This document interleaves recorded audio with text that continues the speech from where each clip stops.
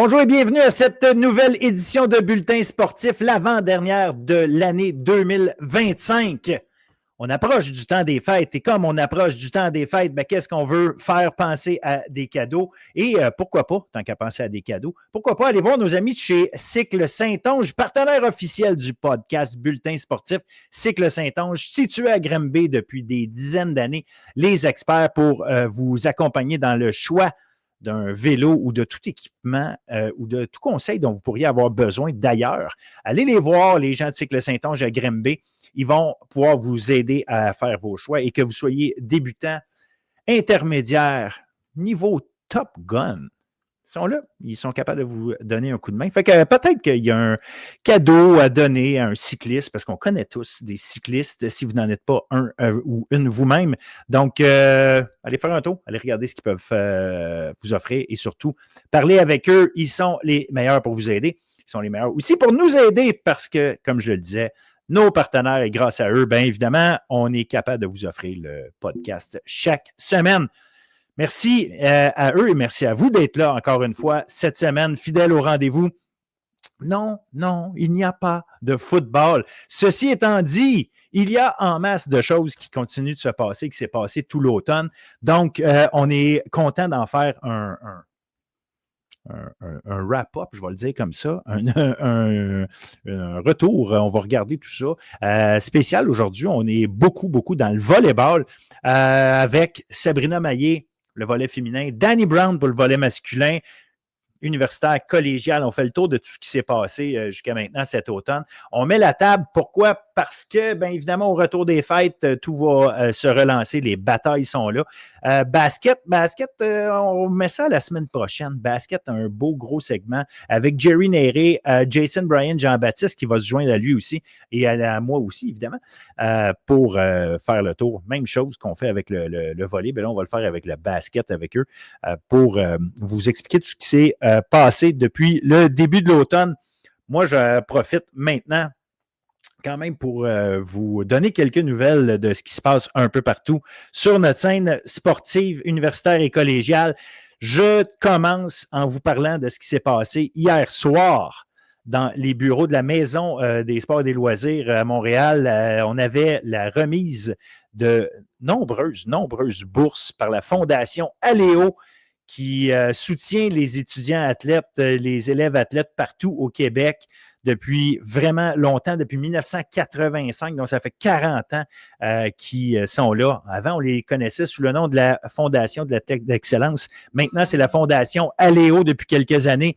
C'est la même mission, vraiment soutenir les étudiants athlètes. Puis, avec des bourses comme ça, bien, c'est intéressant. Ils en donnent à longueur d'année. Ils ont toutes sortes de partenaires. Mais hier soir, c'était vraiment avec les gens qu'on voit dans nos sports au RSEQ beaucoup. Fait que c'est vraiment une occasion. En tout cas, j'ai été invité là. Puis ça me fait toujours plaisir de pouvoir y aller. Pourquoi? Ben oui, rencontrer le monde face à face, les voir. Puis c'est très inspirant d'être entouré de ces gens-là qui performent extrêmement bien sur les terrains, dans les gymnases et compagnie, mais qui performent très bien également dans les salles de classe. Franchement, là, des humains de qualité, je le dirai jamais assez. Il y en a énormément au Québec. Et on a donné hier 215 bourses pour près de 400 000 $ qui ont été offertes à différents étudiants et étudiantes athlètes de chez nous. Alors, bravo, Fondation Aléo, bravo, un travail extraordinaire depuis 40 ans qui mérite d'être souligné. Puis oui, les étudiants athlètes les connaissent, mais les gens dans la société, les gens de la population se doivent aussi de connaître ce que la Fondation Aléo fait pour nos jeunes. Alors, un gros bravo de ce côté-là. Soirée, encore une fois, réussie, excellente, qui permet de rencontrer toutes sortes de monde. Donc, voilà, très intéressant. Merci encore une fois. Je vais aller maintenant retourner sur ce qui s'est passé sur les patinoires, les parquets, qu'est-ce que vous voudrez de terrain un peu partout pour vous raconter ce qui s'est passé en fin de semaine passée. Rapidement, basket universitaire féminin et masculin. En fait, c'est intéressant parce qu'on avait deux équipes qui, il y a 2 semaines, étaient toujours invaincues en fin de semaine. Pas dernière, l'autre d'avant. Laval chez les femmes et Bishops chez les hommes avaient sali cette fiche qui était immaculée, qui ne l'est plus. Ben, dans les deux cas, les équipes se sont solidement vengées. C'était quelque chose. Donc, Laval chez les femmes qui ont battu Bishops 81-39. Bishops, ça, c'est l'équipe qui est deuxième au classement. Donc, une victoire de 81-39 de la part des filles de l'Université Laval. Et parce que c'est souvent le cas, programme double, on avait Bishops chez les gars ont décidé de rincer Laval 107-71. 107 points, là, c'est le 5e plus gros total de points dans l'histoire. Dans l'histoire du basket universitaire masculin québécois. Donc, c'est pour vous donner une idée de l'ampleur de la victoire. Basket collégial féminin, là, ben, on a terminé, on est en pause. Juste vous dire, Saint-Jean, 7 victoires, aucune défaite. Ça, c'est une chose. Elles ont tiré de l'arrière depuis le début de la saison. Je suis allé faire un calcul pour m'amuser un peu.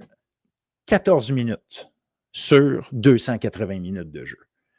Ça veut dire que pendant 266 des 280 minutes de jeu qu'elles ont évolué, là, elles étaient soit à égalité, soit en avant au pointage. C'est tout simplement phénoménal comme domination.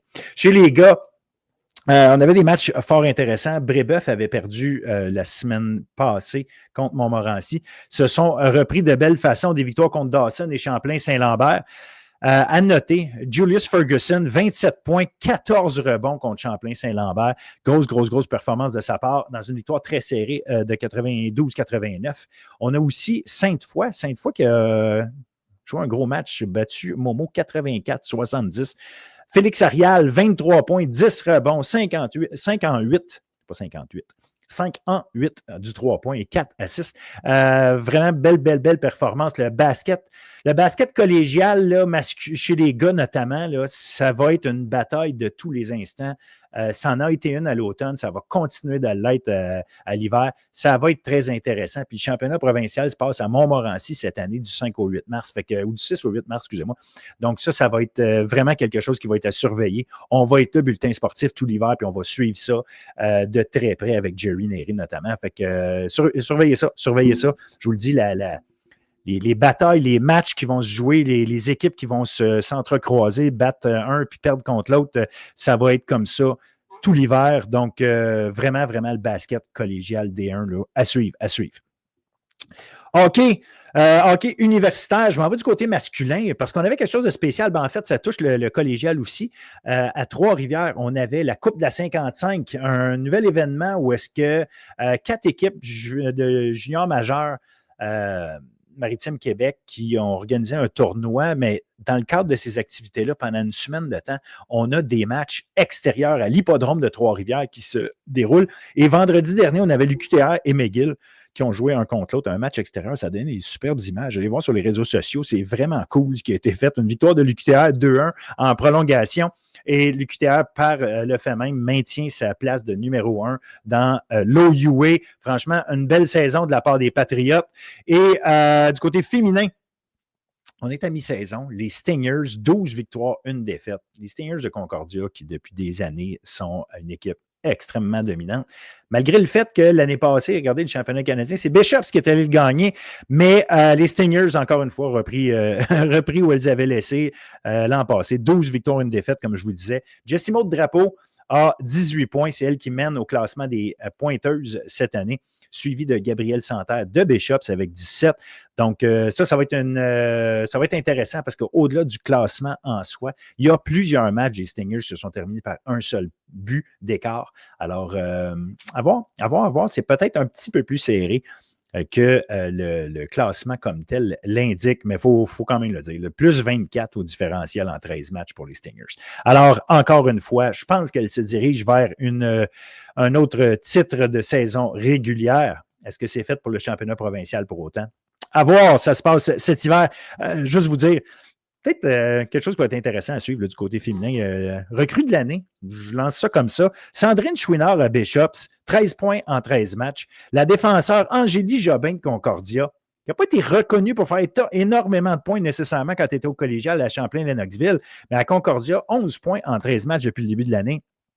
et la gardienne de Bishops, Laurence Boivin, qui fait un superbe travail. Donc, peut-être des joueuses, des nouvelles joueuses à surveiller là, du côté universitaire avec ces 3 recrues-là. Hockey collégial féminin, Limoilou. Limoilou, 13-1 en tête du classement. Ça va être intéressant. Ils sont suivis par John Abbott et Champlain-Lennox, le trio habituel au sommet du classement collégial D1. Chez les femmes, la bataille pour la 4e place, par contre, va être intéressante entre André Laurando et Saint-Laurent cette année. 4e place, évidemment, qui permet de se classer pour les éliminatoires. Et fait que, bref, allez regarder ce qui peut se passer, excusez-moi, de ce côté-là, pour voir qui aura peut-être une chance de compléter le top 4. Juste vous mentionner aussi, là, plus individuellement, le classement des marqueuses, c'est 3 joueuses de Limoilou et elles ont joué 14 matchs. Là. Rosalie Breton, 23 points. Laurie Vézina, elle en a joué juste 10 matchs et elle a 21 points, dont 8 buts. Et Juliane Paradis, 21 points à 14 matchs. Bref, domination des filles de Limoilou cette année. Chez les gars, le classement chez les équipes masculines, ça se passe comme suit. C'est Thetford qui est en tête, suivi d'Alma, Sainte-Foy, Champlain-Saint-Lawrence, les 4 équipes qui, bonjour le chat, qui s'invitent vraiment dans une belle bataille à venir pour tout l'hiver. D'ailleurs, on va avoir des matchs intéressants en fin de semaine prochaine. Je vais vous en reparler, mais Sainte-Foy à Thetford vendredi soir, Champlain-Saint-Lawrence à Alma samedi après-midi. Donc, les 4 équipes de tête qui s'affrontent entre elles en fin de semaine prochaine pour terminer le calendrier régulier de 2025, évidemment.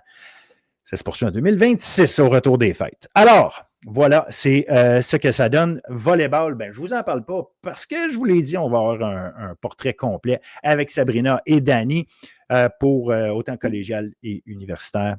C'est ce qui s'en vient de ce côté-là pour le menu de cette semaine au podcast Bulletin sportif. Sur ce, bon show.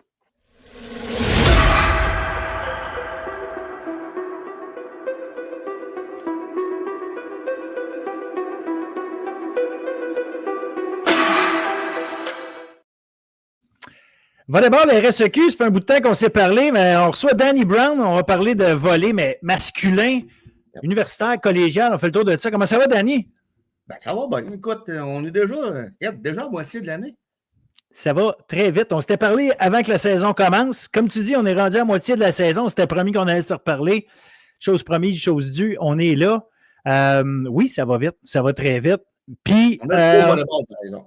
C'est ça, on a du très beau volleyball, c'est le fun. D'ailleurs, on commençait par la fin, je pense qu'on n'a pas le choix. Écoute, en fin de semaine passée, on avait un Laval-Montréal pour déterminer qui finissait premier après la première moitié de saison. C'est dur à battre comme événement avant de partir en pause.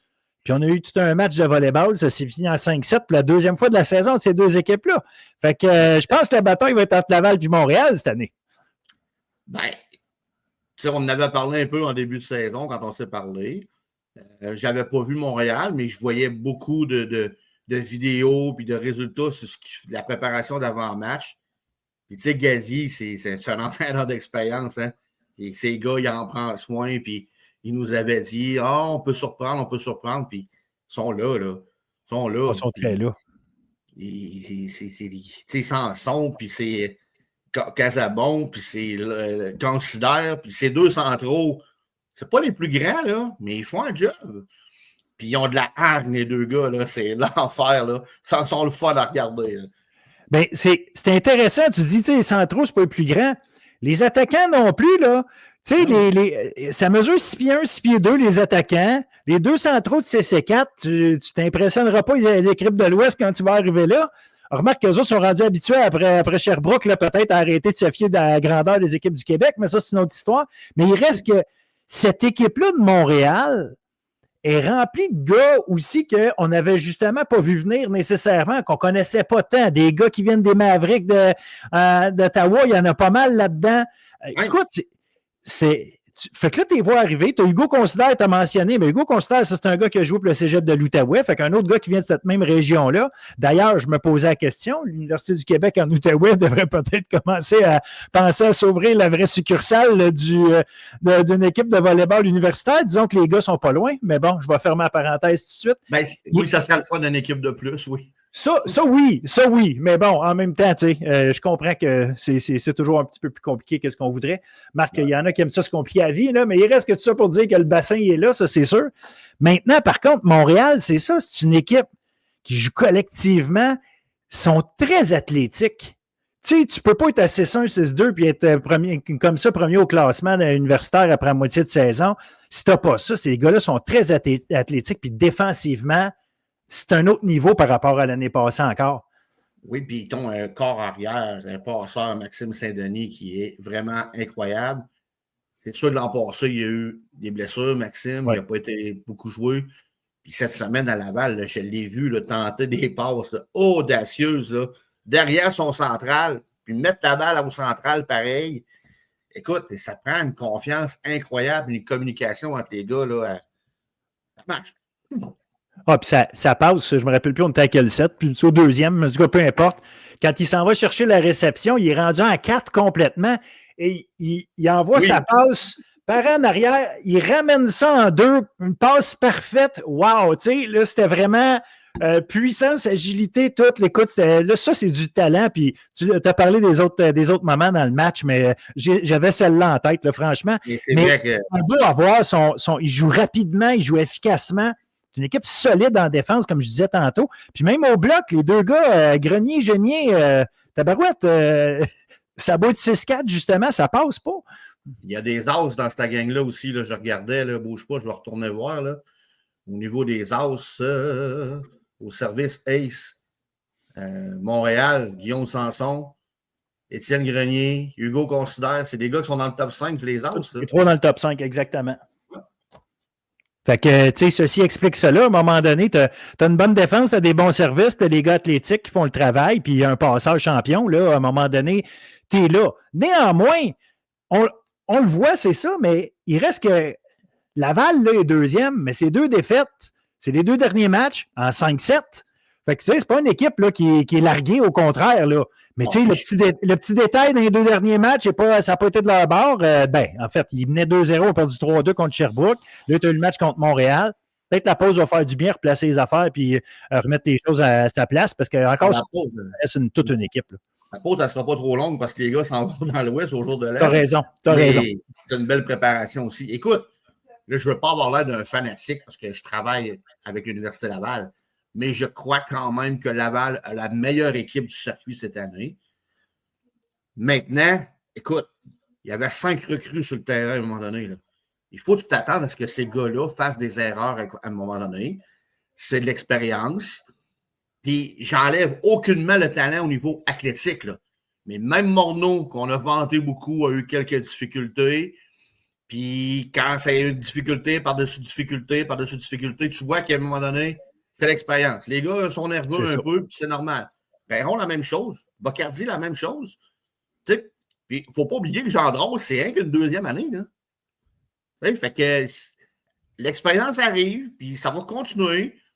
Puis les gars vont travailler. Puis je ne suis pas inquiet, là, Gino puis François, les entraîneurs, ils vont continuer à travailler. Là, ils savent, ils ont confiance à leurs gars.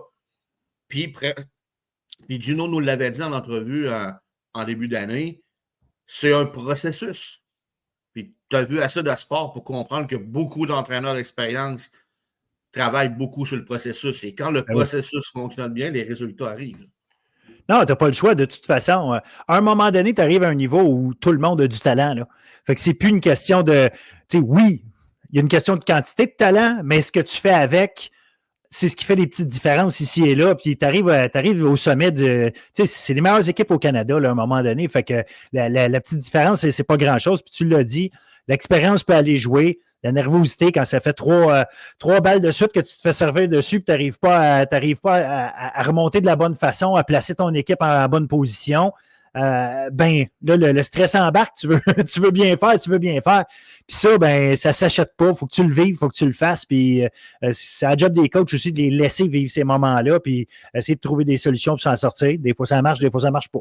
C'est ça, puis tu arrives au filet, super attaque, coordination à pleine pine, amphithéâtre est survolté, tu t'en vas au service, tu es encore sur le high, tu prends pas le temps de descendre ton rythme cardiaque, tu sers dans le filet. C'est Exactement. l'expérience. Là, on a vu dans le dernier match, justement, contre Montréal, où est-ce que, bon, c'est Lausier qui a commencé en attaquant arrière, puis c'est opposé, je veux dire. Puis les deux jeunes là, qu'on a fait commencer, là, Perron et Bocardi, qui jouent à l'aile. Bon, tu parlais justement d'avoir de la jeunesse. Le talent, encore une fois, est là et tout. Est-ce que tu t'attends, plus la saison va aller, que ça va être ça? Ou si Terrell Chouassi va retrouver sa place peut-être en opposé, puis parce qu'on a une belle profondeur avec ça quand même. Là. Oui, puis tu sais, je pense que Gino va garder les deux. Ça lui fait deux plans de match différents. Là. Je veux dire, il va aller selon ce que l'adversaire va lui présenter aussi. Je pense que ça peut être un atout. On avait vu ça contre Sherbrooke avant. Match régulier. Au 4e, on a vu Lausier arriver comme opposé avec les deux jeunes. Là, cette semaine, on a commencé avec les deux jeunes, on a envoyé Lausier. Moi, je ne peux pas dire que ça va aller vers ça jusqu'à la fin, parce que Terrell, il a des capacités athlétiques incroyables. Il est plus haut que la majorité du monde, puis il frappe. Puis là, ben, tu sais, je parlais des fois que Terrell, je cherchais juste à frapper et à défoncer. Puis là, cette semaine, on l'a vu arriver.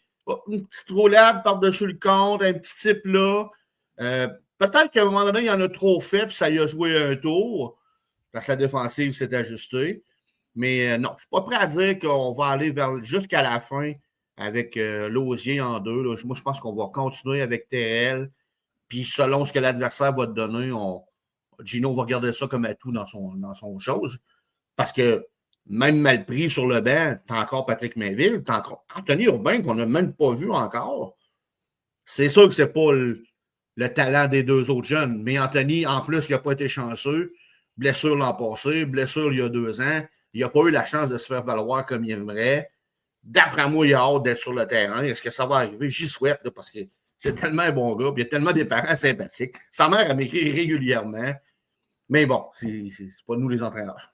Non, exact. Mais en même temps, c'est ça. Anthony Urbain, c'est un gars, c'est un joueur étoile là, au collégial. C'est pas un dernier venu là, qui se présente et qui essaie de faire sa place. C'est un gars qui a le talent nécessaire pour être sur un terrain.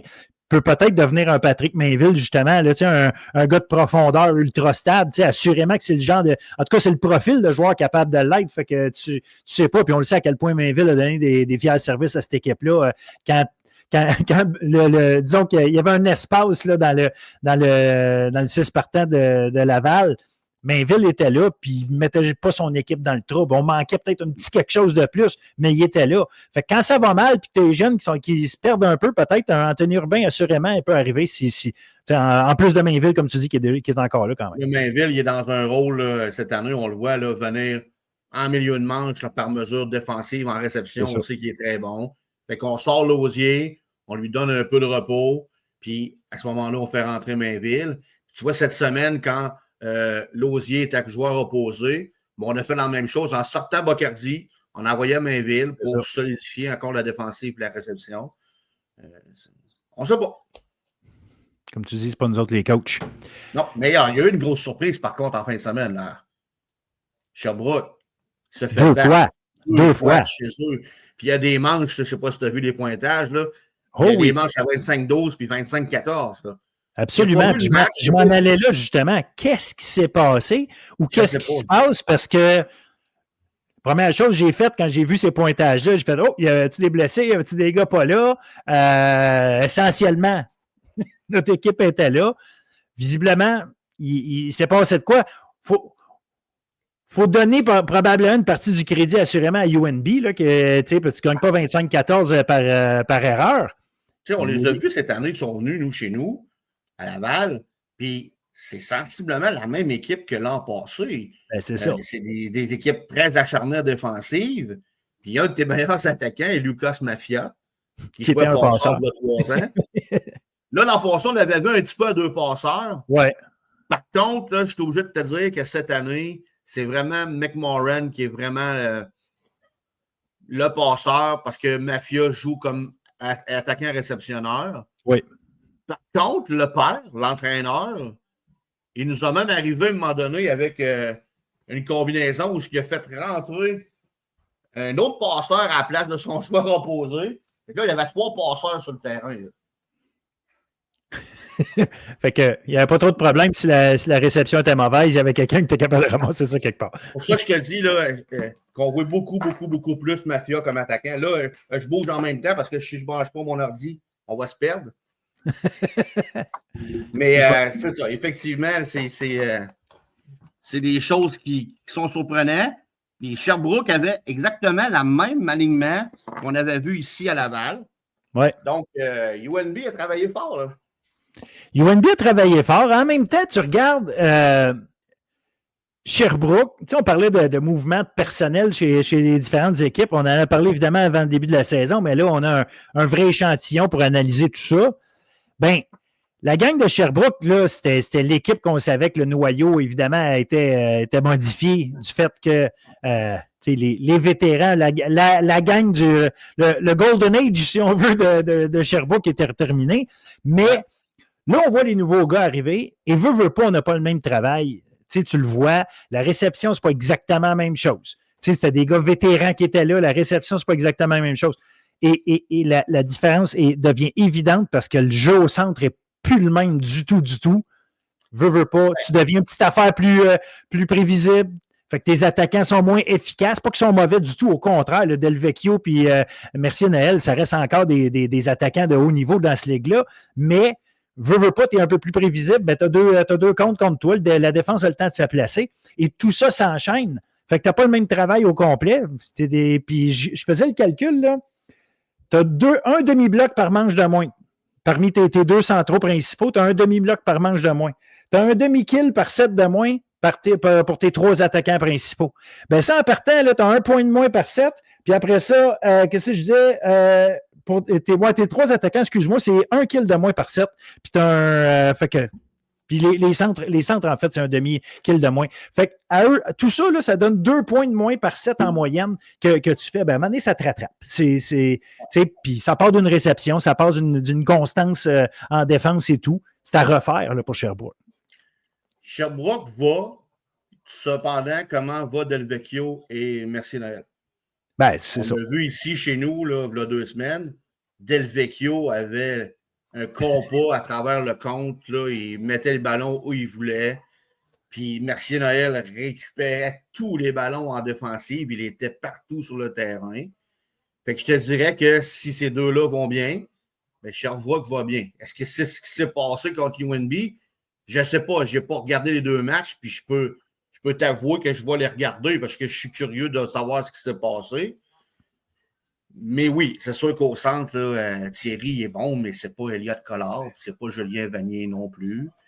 C'est pas pour rien que ces gars-là ont resté sur le banc 1 an de plus parce que Vanier a décidé de revenir 1 an de plus. Puis c'est des super bons gars, mais c'est pas le même talent. Faut se l'avouer. Là. Non, absolument. Il faut dire que, comme je dis, là, c'est un âge d'or. Là, il se passait quelque chose. Puis, Vanier, c'est un exceptionnel. À 6-3, il est capable d'être un central. On l'a dit tellement de fois, toi et moi, quand on a jasé ensemble. Thierry Allen, je l'ai vu jouer, là, collégial, Sherbrooke. C'est un bon joueur de centre. C'est un costaud.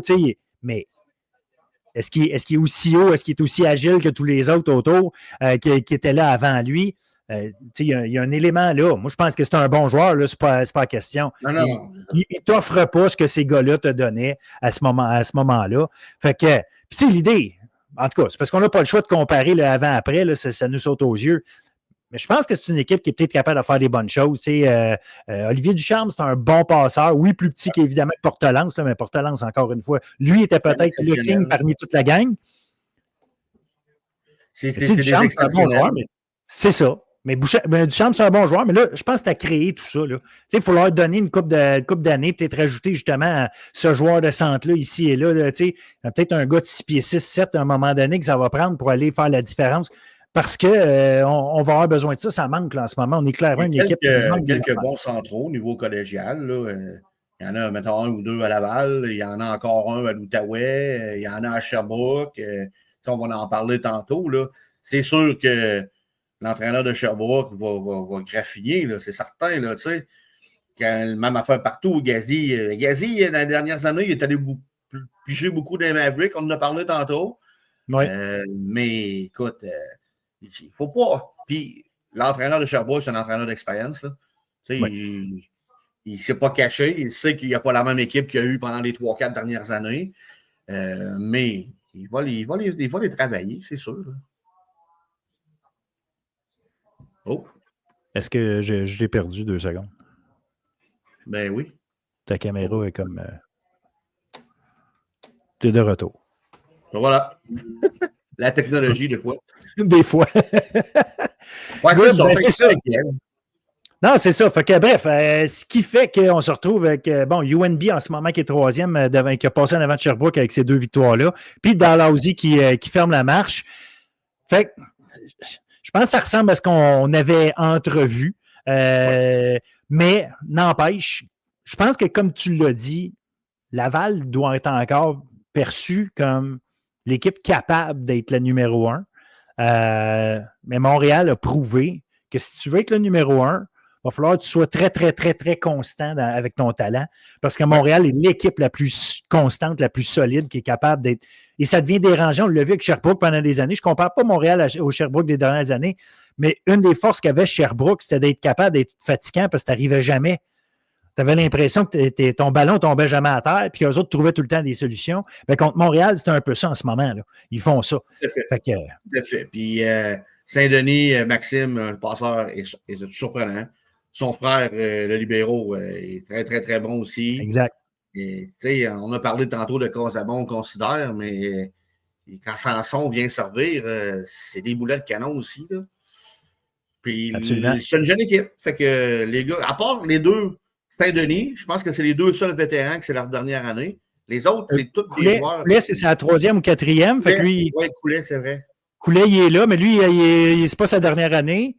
Puis considère que ça fait une couple d'années qu'il est là, mais c'est cette année qu'on le voit arriver. Tu sais, il avait été excellent, l'Outaouais, lui, mais on vient de le voir arriver parce qu'il est clos cette année, dans le fond, puis il est là. Puis il ne faut pas oublier Casabon, qui fait de l'excellent travail. Un autre relativement petit selon les standards. Ce qui fait que tu as un Vincent Tremblay qui est une recrue qu'on voit beaucoup moins. Mais imagine ce gars-là, quand c'en est un autre là, du même format et tout, qui est extrêmement talentueux. Fait que lui aussi il va rentrer dans le groupe éventuellement. Là. Puis ça, à Sherbrooke, tantôt, on a parlé des différents gars, mais il ne faut pas oublier que Rainville n'est pas là. Exact. n'est pas là. C'est ça. Et Rainville a encore des problèmes de commotion, si ma mémoire est bonne. Là, ça commence à être plate, puis peut-être même dangereux, peut-être pour sa carrière. Effectivement. Ouellet, je ne sais pas. Je ne l'ai pas vu sur les lignes de côté à Sherbrooke. Je ne l'ai pas vu à Laval non plus. Qu'est-ce qui se passe avec le gars? Je ne sais pas. C'était quand même 2 attaquants qui pouvaient donner beaucoup. Là. Effectivement, c'est un très bon point. Là. Ça joue sur ta profondeur, assurément. Là. Fait que là, à un moment donné, c'est ça. C'est des vétérans aussi. Là. Donc, en tout cas, fait que c'est à voir. Ben, écoute, rien n'est fini. Là. Il reste une demi-saison à jouer. Fait que on va avoir du bon volleyball encore, ça, c'est sûr et certain. Il va falloir garder un coin de l'œil sur UNB. UNB, le Suisse Moritz, il est surprenant. Puis le Brésilien, le nouveau, n'a pas joué encore. Là. C'est vrai, ça. Il va revenir avant la fin de la saison, je ne sais pas. Okay. On dit beaucoup de bien. Le talent, genre à Lucchesi qu'on a vu dans les dernières années. Fait que Laval s'en va là-bas, nous autres, à la fin du mois de janvier, à essayer de peut-être manigancer pour essayer d'y aller. Mais en tout cas, on verra. Ben, je te le souhaite. Puis en même temps, tu nous ramèneras des petites nouvelles à savoir ce qui se passe de ce côté-là. Oui, certain. Donc, c'est ce qui fait notre tour du volleyball universitaire. Mais on va aller faire un petit tour du côté collégial quand même, parce qu'il faut regarder ce qui se passe de ce côté-là aussi. Limoilou, gros début de saison. Je pense qu'il y a un certain défaussé là-bas qui est en train de se positionner comme étant peut-être un candidat, ben pas peut-être, un candidat assurément, éventuellement, à voir s'il va l'avoir pour le MVP. Puis t'as du côté de Sherbrooke, t'as tout le temps Chaput, là, veut pas. Fait que mais défaussé, quel début de saison de ce côté-là. Lui, du côté de Limoilou, vraiment là, extraordinaire. Ouais. À Limoilou, c'est beaucoup défaussé, c'est beaucoup Zaclo. Puis avec le passeur qui est là, parce que l'ancien passeur est devenu libéraux. Fait que Delorme, il fait très, très bien. Delorme est même gaucher.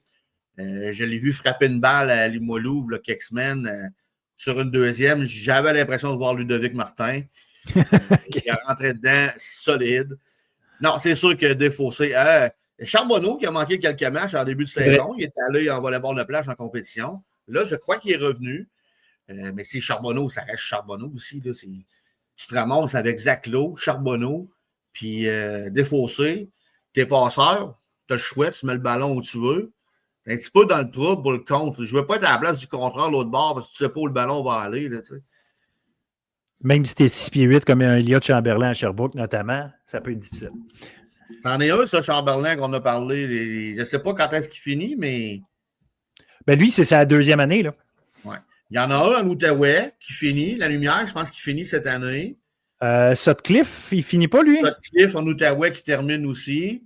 Chaput à Sherbrooke qui termine. Chaput à Sherbrooke termine. C'est sa 4e année, mais lui, il est en technique policière. Là, c'est pour ça qu'il a fait un an de plus. Fait que tous ces petits gars-là, là, ben ces petits gars-là, ces gars-là, ces athlètes-là, vont être à quelque part au niveau universitaire l'an prochain, c'est très certain. Là. Ben, Chaput, je m'attends à ce qu'il soit avec le vert et or, ça va être à voir, mais là, il reste que, tu sais, ça fait un paquet de gars très talentueux à aller voir dans chacune de ces équipes-là, mais on le sait. C'est Limoilou, Sherbrooke, Outaouais dans cette ligue-là en collégial D1. Ça va se passer entre ces 3 équipes-là. La première moitié de saison nous l'a bien démontré. Je me demandais Outaouais avec les Perrons puis Boulay qui sont partis notamment ce que ça allait donner. Mais clairement, on a encore les gars. Namdari est là. Je parlais de Sutcliffe tantôt. Fait que la force d'attaque est là. Charles-Antoine Picard aussi. Fait que non, il y a du talent de ce côté-là. Oui, puis avec un jeune entraîneur, c'est sa première année comme entraîneur-chef, oui, Rémi, mais oui. Il a du bagage un peu. Là. Il était un an en Allemagne. Il était un an assis à côté de Gino à Laval. Il a joué aussi, tu sais, il y a longtemps. Non, le gars, il fait ses devoirs. Hein? J'entends, il appelle souvent d'autres entraîneurs, il s'informe, puis il prend sa job très au sérieux. Là.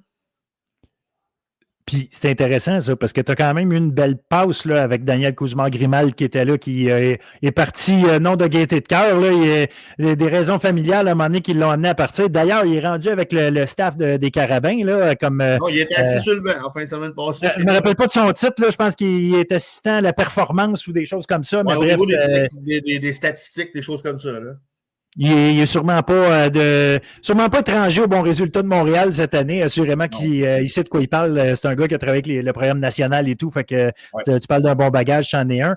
Mais ça va être intéressant de savoir justement, est-ce que Limoilou, dans ta tête à toi, est l'équipe vraiment numéro 1, puis les autres, parce qu'ils ont 11-1, là, est-ce que c'est vraiment l'équipe numéro 1? Ou franchement, tu sens Sherbrooke, puis peut-être même Outaouais là, être dans cette catégorie-là, puis ça va fighter ou il faut mettre Limoilou vraiment Outaouais, je ne suis pas sûr. Sherbrooke, ça se peut.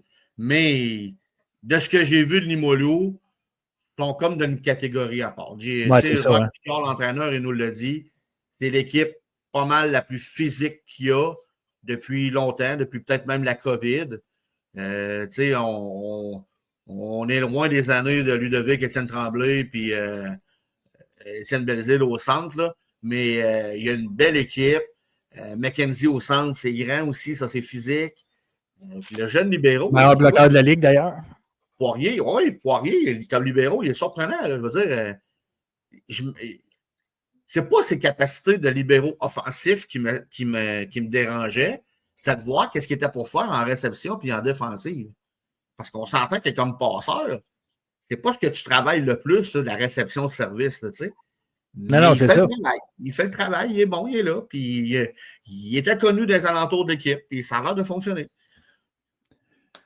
Fait que de leur côté aussi, ça va être absolument à suivre là, ce qui se passe d'ici à la fin de l'année. Il ne faut quand même pas oublier de parler de Saint-Jean, Édouard Montpetit, Saint-Jérôme, qui sont les 3 autres équipes dans cette ligue-là, parce qu'il faut avoir une bataille pour la 4e place. Tu veux te qualifier pour les éliminatoires, puis rendu là, tu ne sais pas ce qui peut arriver.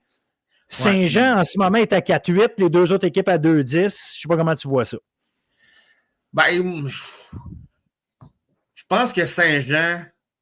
Je suis surpris de voir Saint-Jérôme là parce que je croyais que les Cheminots de ce que je les ai vus à Limoilou, aurait une meilleure équipe que ça. Sans regarder le classement, je t'aurais dit Saint-Jérôme peut-être en 4e position. Mais là, je ne sais pas. Saint-Jean ne m'avait pas impressionné quand je les avais vus à Limoilou non plus. Édouard Pontpetit, ben, c'est un jeune programme, je ne sais pas. Et moi, je mettrais encore quand même un petit 2 sur Saint-Jérôme, là, mais à suivre.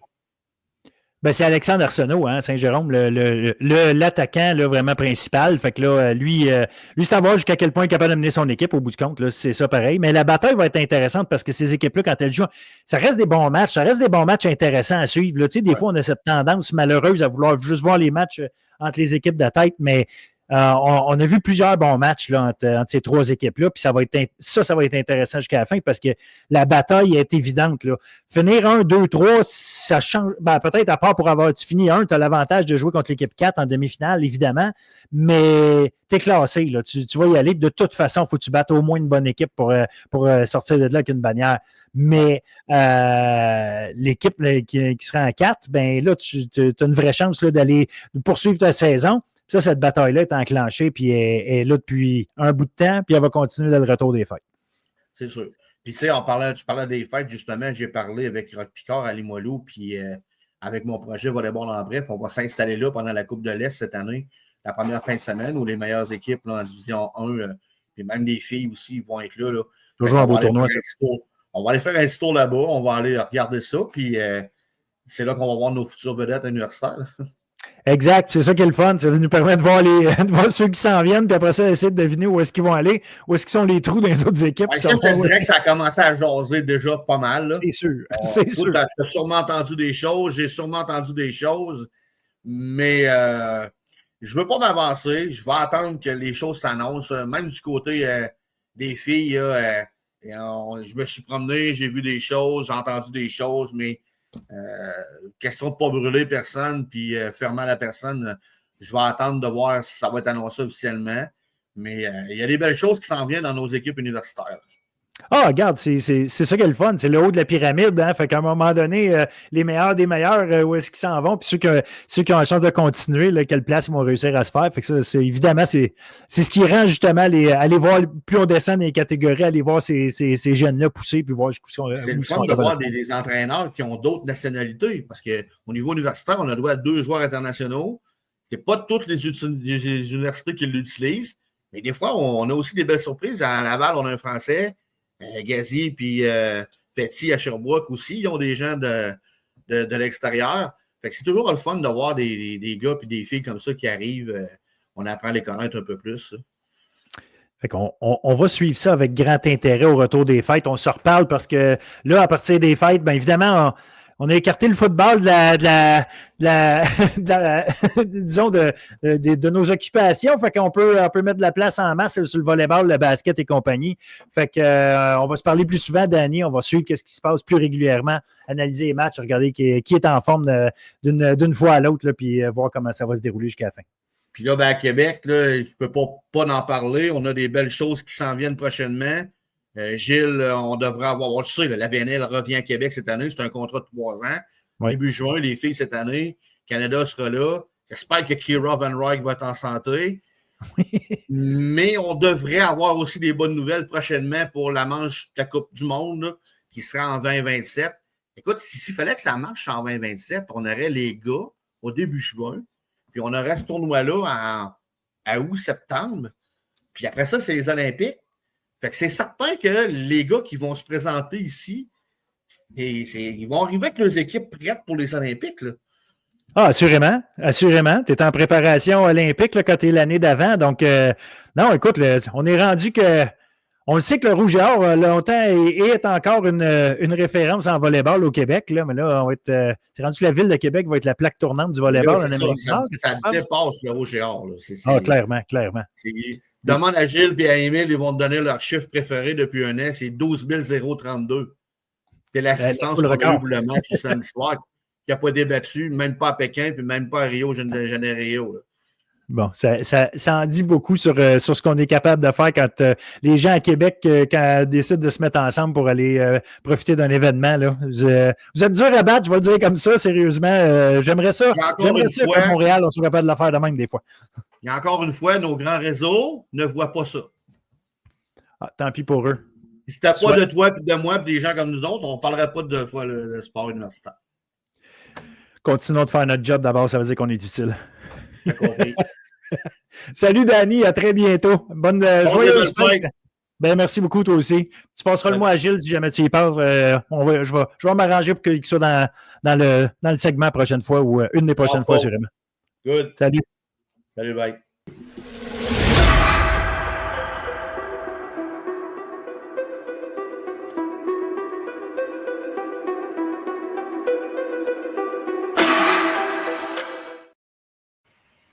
Volleyball RSEQ, deuxième chronique en fait, parce qu'on a fait celle avec les gars, avec Danny. Maintenant, avec Sabrina, on va parler de ce qui se passe et de ce qui s'est passé en fait du côté féminin, parce que là, première moitié de saison de passé.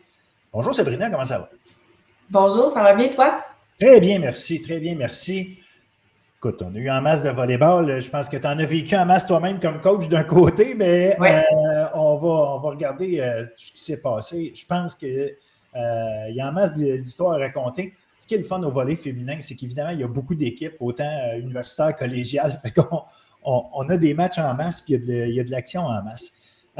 Toi, tu as passé un bon automne jusqu'à maintenant. Tout va bien de ton côté. Comment ça se passe, toi, de ton bord, en fait, pour toi, là, comme coach? Ça va bien. Continue d'apprendre, de découvrir de nouvelles choses, puis aussi de mixer ça avec l'école, parce que je suis aussi à l'école. Fait que... Mais tout s'emboîte super bien. Fait que j'ai pas de conflit d'horaire, puis je peux faire tout en ce moment.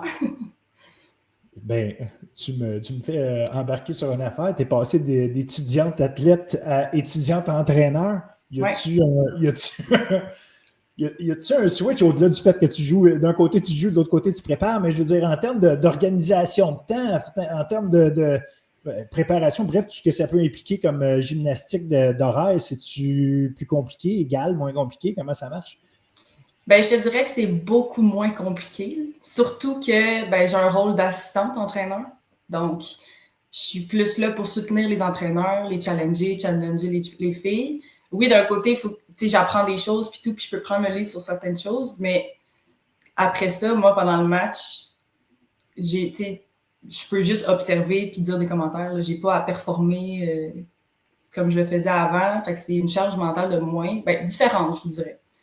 Différente. C'est sûr que j'aimerais ça continuer à jouer, mais là, j'ai un autre rôle. Fait que c'est. Puis mon programme en ce moment, il est vraiment, vraiment pas comme super exigeant. Donc, on dirait que c'est comme plus relax. On dirait que j'apprends à prendre un vrai rythme de vie. Là. Vrai au sens que, justement, être athlète, c'est tellement particulier que là, tu as l'impression de mixer job et travail comme bien d'autres personnes font. C'est juste que toi, ça reste dans le domaine sportif. Oui, exact. Justement, hier soir, comme bien du monde, je flippais mes réseaux sociaux, puis je voyais Béatrice Lamarche qui a fait une vidéo avec des filles, des gars qui, justement, donnaient des conseils ou en tout cas avaient des commentaires à faire par rapport à la fin de la vie d'athlète, puis de passer, faire ta transition. Mm-hmm. Toi, justement, cette transition-là jusqu'à maintenant, est-ce que le fait de rester dans le domaine du volleyball, ça te facilite l'affaire? Ou, comme tu parlais, j'aimerais ça jouer, à quel point, bon, évidemment, on sent bien que ça te manque à quelque part, mais à quel point, justement, de rester dans le volley, ça facilite cette transition-là, ou au contraire, d'être collé dessus constamment, ça te donne encore plus envie d'être sur le terrain? Je pense que ça l'aide un peu de rester dans le... pour ma part, de rester dans le volley. Souvent, je dis aux gens, c'est pas nécessairement le sport en tant que tel qui me manque. C'est pas nécessairement de jouer au volley qui me manque. C'est de compétitionner. C'est d'avoir l'adrénaline avant un match. C'est de représenter quelque chose de beaucoup plus grand que toi. Je pense qu'il fait en sorte que c'est ce qui me manque le plus, là, de vraiment... de me préparer pour quelque chose, pour représenter quelque chose. C'est sûr que je le fais en étant assistante coach, mais c'est un apprentissage, c'est une compétition différente, c'est des feelings différents, c'est une implication différente aussi. Donc, c'est de jongler avec ça. Fait que je pense que c'est plus le côté compétition qui me manque, plus que de jouer au volleyball. Je comprends, c'est intéressant. Ouais. Mais effectivement, encore là, la compétition est là justement du fait que tu veux que ton équipe gagne, il y a quelque chose. En même temps, moi, pour l'avoir vécu, évidemment, ça fait longtemps, mais quand même, il y a quand même l'élément de quand tu es sur le banc en train de coacher, des fois, c'est encore plus stressant parce que tu n'as vraiment aucun contrôle. Tu voudrais être dans le jeu, tu voudrais avoir ton implication, même si ça allait mal, même si à la limite, tu pouvais perdre le match, ça reste que quand tu joues, tu es concentré sur ta game, tandis que quand tu le banc à côté, on dirait qu'il y a tellement d'affaires qui peuvent être stressantes sur lesquelles tu n'as pas de contrôle. Je trouve que ça amenait justement une autre forme de stress qui n'est pas tout le temps évidente à gérer non plus. Exactement. Puis, tu sais, des fois, je retrouve un peu des fois mon intensité de joueuse là, quand je coach. C'est arrivé une couple de fois là, qu'André m'a demandé de me calmer. pas parce que j'étais trop intense envers les filles, mais tu sais, l'énergie dans le match, des fois, je suis bien bonne là, pour challenger des fois les arbitres. Fait que des fois, l'intensité monte. Mais je suis pleine de bonnes intentions. Là. C'est pas, pas négatif. On apprend à gérer nos émotions toute notre vie. Fait que ça, c'est bien correct. Ouais. En général, de toute façon, en continuité. T'as pas fini, je te le dis tout de suite. Bon, ben garde, cool, tant mieux, je suis content de voir que ça se passe bien de ton bord. Fait qu'on on va pouvoir en parler parce qu'évidemment, on va parler de collégial avec André Laurando, notamment, t'en parles un peu, on va y aller tantôt. C'est sûr que je veux revenir sur ce qui s'est passé en première moitié de saison au niveau universitaire. On en avait parlé au début de l'année. On a mis la table avec toi, puis le portrait ressemble à ce que tu disais, c'est-à-dire que Sherbrooke allait être là. Fiche parfaite jusqu'à maintenant. Sherbrooke est là. On dirait une équipe qui surfe une vague, pas au sens où est-ce qu'elles ont l'air de prendre ça trop facilement, mais justement, elles travaillent bien, elles prennent la vague là où est-ce que c'est, puis on dirait que savent l'amener jusqu'au bout. Est-ce que ça peut être tricky, façon de parler, si tu me permets l'expression, ça peut être risqué pour elles de justement être là-dedans? Ou leur expérience de l'année passée où elles avaient pris l'avance en début de saison, puis malheureusement, ça ne s'est pas terminé autant comme elles le voulaient. Est-ce que cette expérience-là va les aider justement à continuer à travailler comme ça, puis à continuer à aller sur cette belle lancée-là, parce qu'elle semble vraiment être l'équipe numéro 1 qui est établie. Mais tu vois, moi, je trouve qu'elles n'ont pas l'air de surfer une vague. J'ai l'impression qu'elles contrôlent la vague. Ah, intéressant.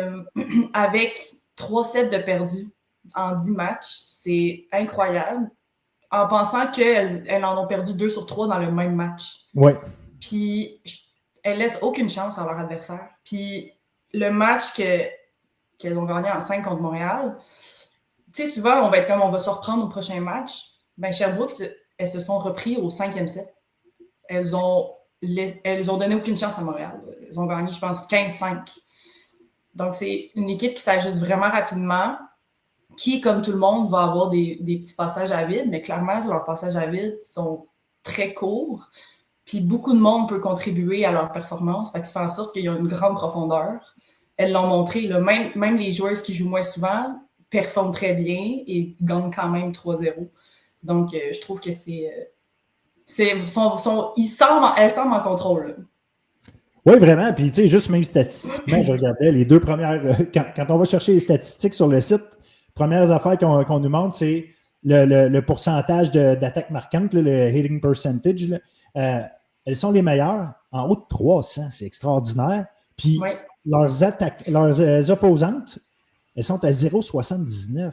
Fait que non seulement, tu sais, elles sont extrêmement efficaces, mais elles le sont des 2 côtés du ballon. Parce que pour empêcher l'autre équipe de jouer de frapper pour plus que 100, tu sais, les garder en bas de ça, ça veut dire que tu bloques, ça veut dire que tu défends, ça veut dire que tu rends leur tâche difficile, probablement que tu sers bien aussi. Il y a un paquet d'éléments. Elles sont très, très, très complètes. Puis j'ajoute à ça que Elmarie Filion est probablement en ce moment à son sommet. On dirait que là, on l'a vu encore grimper d'un coup. Tu vas me dire que le reste aide, mais elle place ses joueuses tout le temps en bonne position. Oui, tu sais, c'est le fun. Les stats parlent d'elles-mêmes, là, clairement.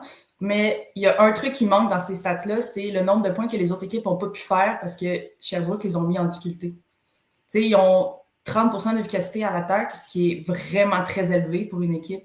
Ben, tu sais, c'est pas pour rien qu'ils sont premières, Oui. mais peut-être que leur pourcentage aurait pu être plus élevé si on incluait toutes les balles qu'elles n'ont pas marquées directement, mais qui ont mis l'adversaire en difficulté parce que elles ont des très bonnes attaquantes, très intelligentes, puis c'est pas facile de jouer contre Sherbrooke. Il faut vraiment que tu te prépares très bien, puis même à ça, ben, tu sais pas où la balle va aller parce que, comme tu as dit, Elle-Marie est capable de passer à n'importe qui, de les mettre dans les bonnes situations. Donc, il faut que tu sois 100% tout le temps en état d'alerte.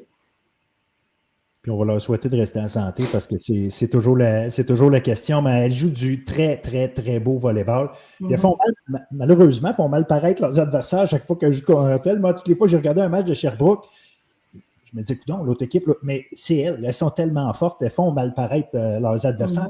Ce qui ne veut pas dire pour autant que les adversaires ne sont pas de calibre, ne sont pas de talent, au contraire. Puis je vais aller directement à Laval, évidemment, qui est deuxième actuellement. Laval qui a changé un paquet de joueurs, en fait des joueurs qui étaient là, mais qui ont pris une nouvelle place cette année.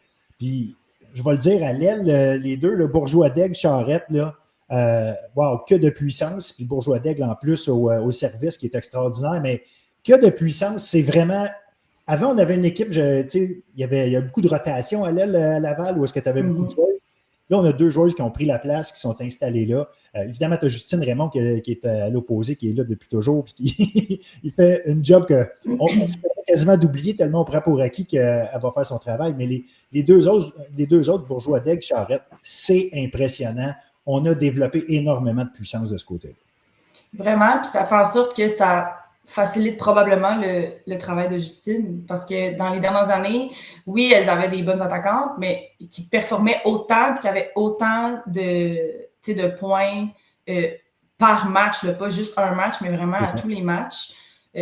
Ça fait en sorte qu'ils ont tout le temps 3 attaquantes qui sont dangereuses. Même si Justine, on essaie de la contrôler, elle est incontrôlable. Justine, c'est Justine, elle frappe fort, elle est haute puis tout, elle est agressive. Mais là, d'avoir 2 joueuses comme ça aussi à l'aile, ça fait en sorte que c'est vraiment difficile aussi de jouer contre la balle. Puis il y a une centrale, Enrika Elefsen, que j'ai appris à découvrir cette année. Je ne la connaissais pas, puis très impressionnante, extrêmement solide. Ça, c'est beaucoup de constance au centre de sa part. En tout cas, je l'aime beaucoup, autant au contre, son efficacité à l'attaque. Bref, c'est une joueuse extrêmement efficace au filet. Est-ce que c'est un élément, tu penses, qui ajoute à Laval, justement, d'avoir cette constance-là? C'était important. Les meilleures équipes ont toujours une certaine constance au centre. Puis là, j'ai l'impression qu'on a gagné en constance là, avec elle. Le centre, c'est une position tellement ingrate. On te demande de tout faire, puis tu vas avoir tellement peu de balles, tu vas avoir peu de reward, là, comme on dit, là, le petit bonbon là, de... Puis je pense que leurs 2 centrales font vraiment le bon travail. Justement, là, c'est 2 filles qui viennent pas. Je pense que c'est 2 filles qui viennent pas du D1 au collégial. Ce qui fait en sorte que ils ont dû probablement mettre les bouchées doubles dans les pratiques. Puis d'avoir un haut niveau comme ça à Laval, clairement qu'elles ont appris vraiment rapidement, elles ont embarqué dans le bateau, puis ça fait que les deux ont des performances comme ça, là, qui permettent justement de donner des chances aux ailières, parce qu'elles veulent pas. Oui, la responsabilité d'une passeuse, c'est de mettre ses attaquantes dans les meilleures positions possibles, mais elle a besoin de ses centrales pour ça. Il faut que ses centrales soient crédibles, il faut que ses centrales fassent du bon travail, puis c'est ça qu'elles font à Laval en ce moment. Exact.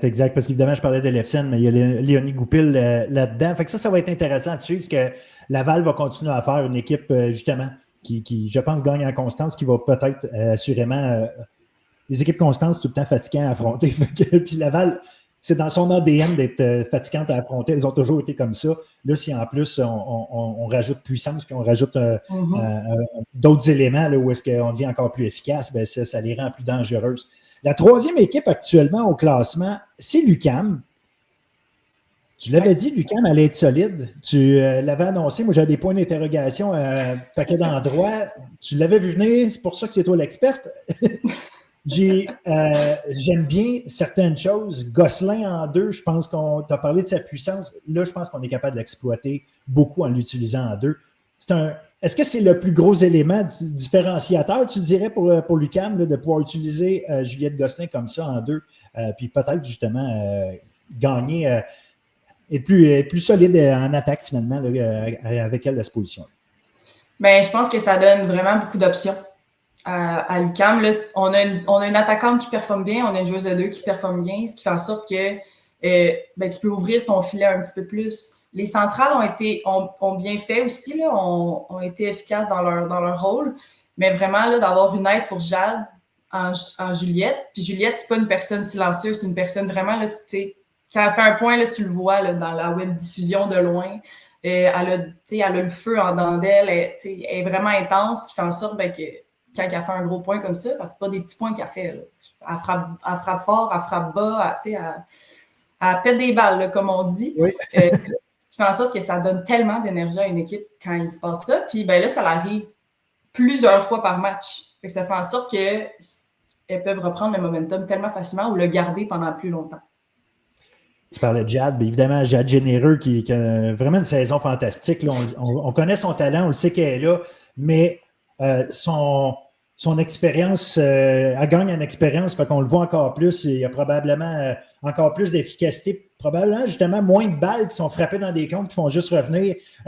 J'ai l'impression qu'elle va gagner des duels au filet avec encore plus de régularité. Je ne sais pas si c'est quelque chose que tu as observé, mais visiblement, le talent est là, mais là, quand tu continues de t'améliorer en plus, Jade Généreux est là pour un bout de temps, c'est l'attaquante là, vraiment de l'UQAM qui fait la différence. Celle qui a pris la place d'une certaine Sabrina Maillé qui faisait ça à une certaine époque. Mais bref, Jade Généreux, vraiment, je pense qu'elle est dans cette lignée-là, justement, avec l'UQAM. Elle a eu la chance à sa première année d'être une leader offensive, de prendre ce rôle-là. Elle pouvait pas s'appuyer. On peut tout le temps s'appuyer sur les autres pour nous aider, mais c'était elle qui devait fournir les points. Donc, rapidement, elle a dû prendre un rôle et elle l'a bien fait. Puis, elle est juste en ce moment dans un continuum de ce rôle-là. Puis,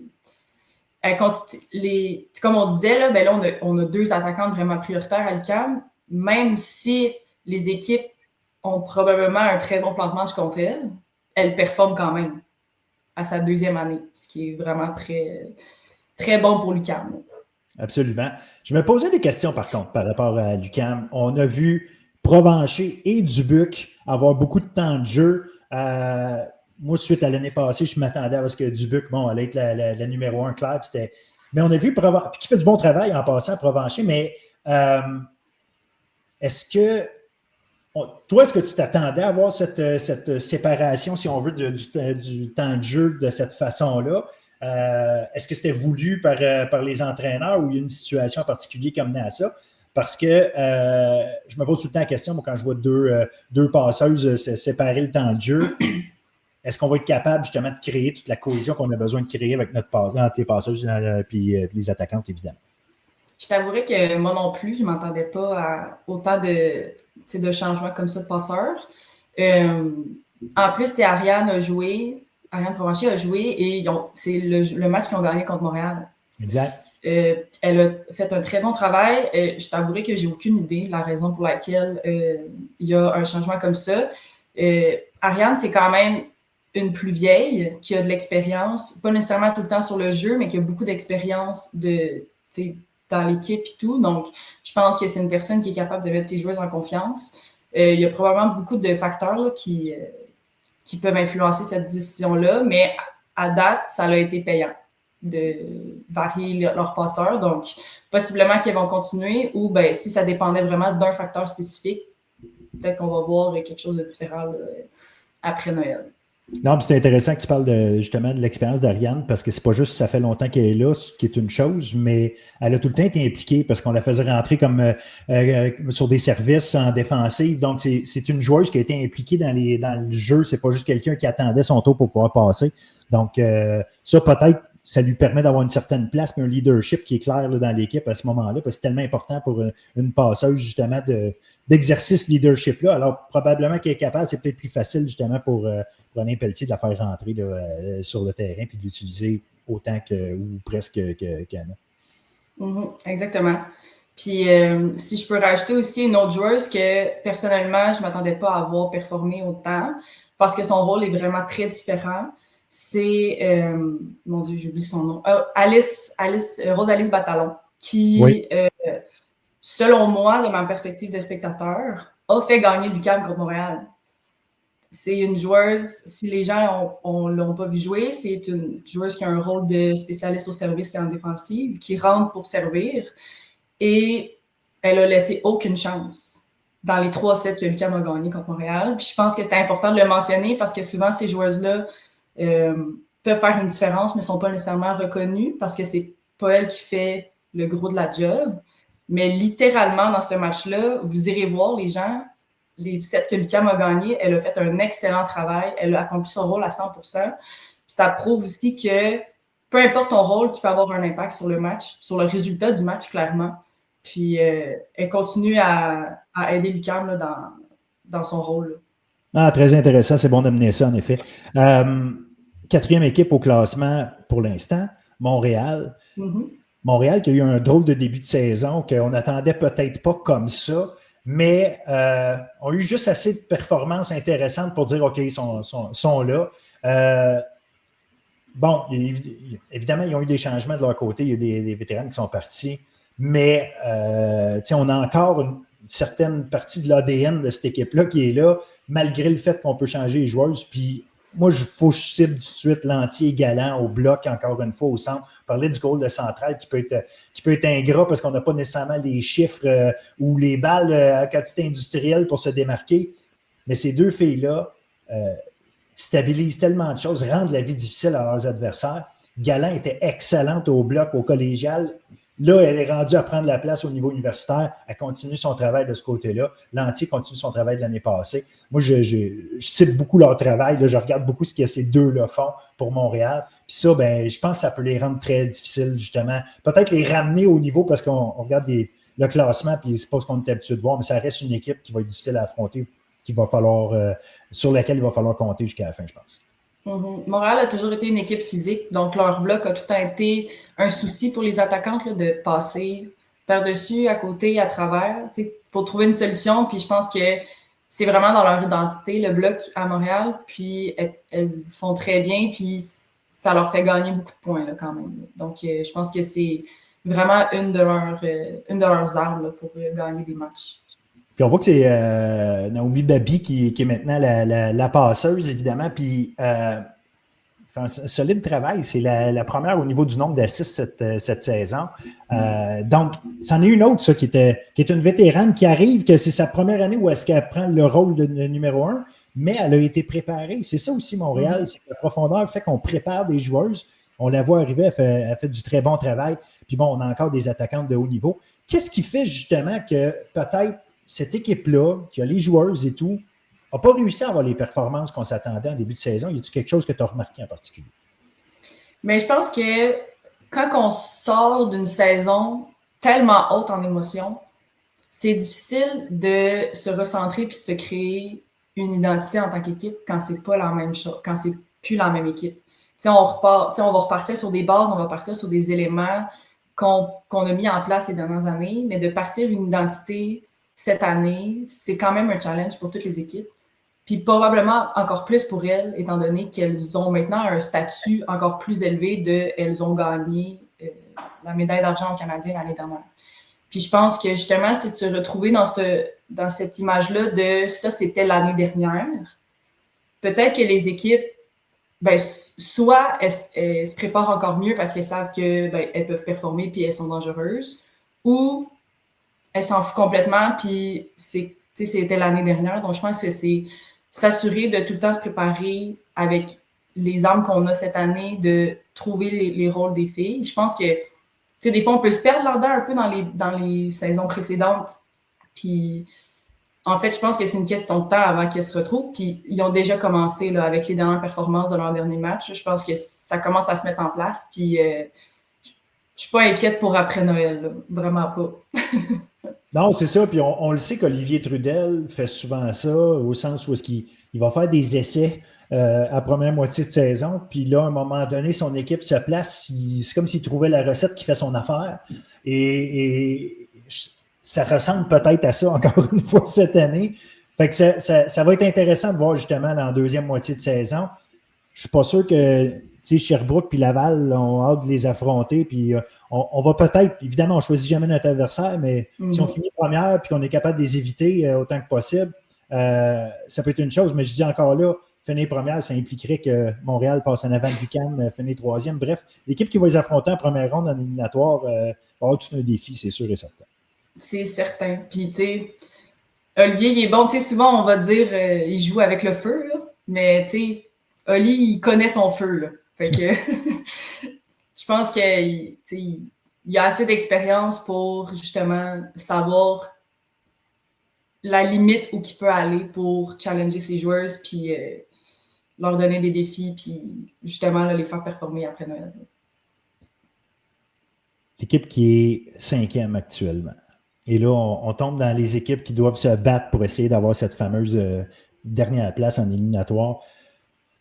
Là, ben, tu as l'UQAM Montréal qui sont 3-4, mais avec Montréal qui a de l'air d'avoir placé ses choses, mis le train sur ses rails, ça va être difficile pour McGill et l'UQTR, qui sont les deux équipes qui suivent. Puis je vais aller avec McGill.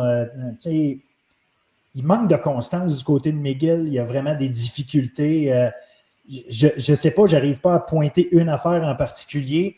La perte de Lancop n'a sûrement pas aidé en deux, assurément, parce que c'est une joueuse qui arrivait à créer beaucoup d'attaques et créer des choses. Fait que ça n'aide pas. Mais tu sais, on a une seule joueuse qui a une moyenne de 1 kill par 7. Écoute, ça saute aux yeux là, d'avoir aussi peu d'efficacité en attaque. Puis ça, en même temps, je me dis, il y a tellement de place à l'amélioration que peut-être qu'on va passer à l'autre étape et qu'on va arriver. Et là, à ce moment-là, peut-être que McGill va devenir une équipe dangereuse parce que c'est frappant, je trouve, à quel point on passait d'une équipe dans les dernières années où est-ce qu'on avait tellement d'efficacité en attaque. Puis là, en avoir si peu, est-ce qu'il y a quelque chose? Est-ce que c'est tout simplement la réception? Qu'est-ce qui arrive là, avec cette équipe-là de McGill? Qu'est-ce qu'elle doit faire pour passer peut-être justement à l'autre niveau et continuer de se battre pour une place en éliminatoire? Bien, je pense que c'est de continuer justement à travailler fort en pratique.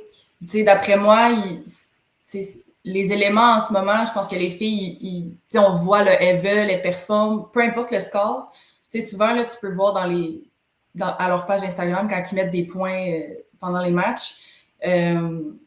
On voit tellement d'intention, de feu, d'intensité. C'est ça que même si après tu vois le score qui n'est pas si élevé, donc je pense qu'en ce moment, ils sont en train de construire quelque chose de nouveau.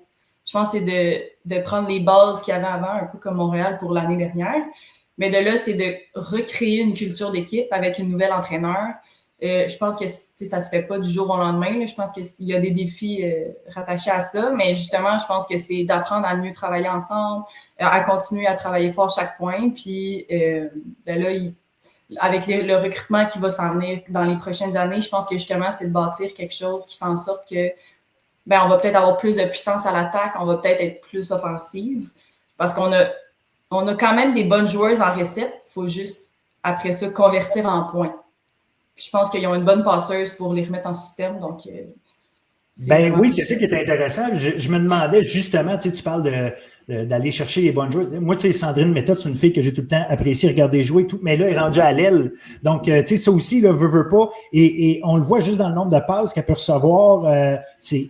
C'est spécial de voir que Grigorova reçoit beaucoup plus, au centre, reçoit beaucoup plus de passes qu'elle à l'aile.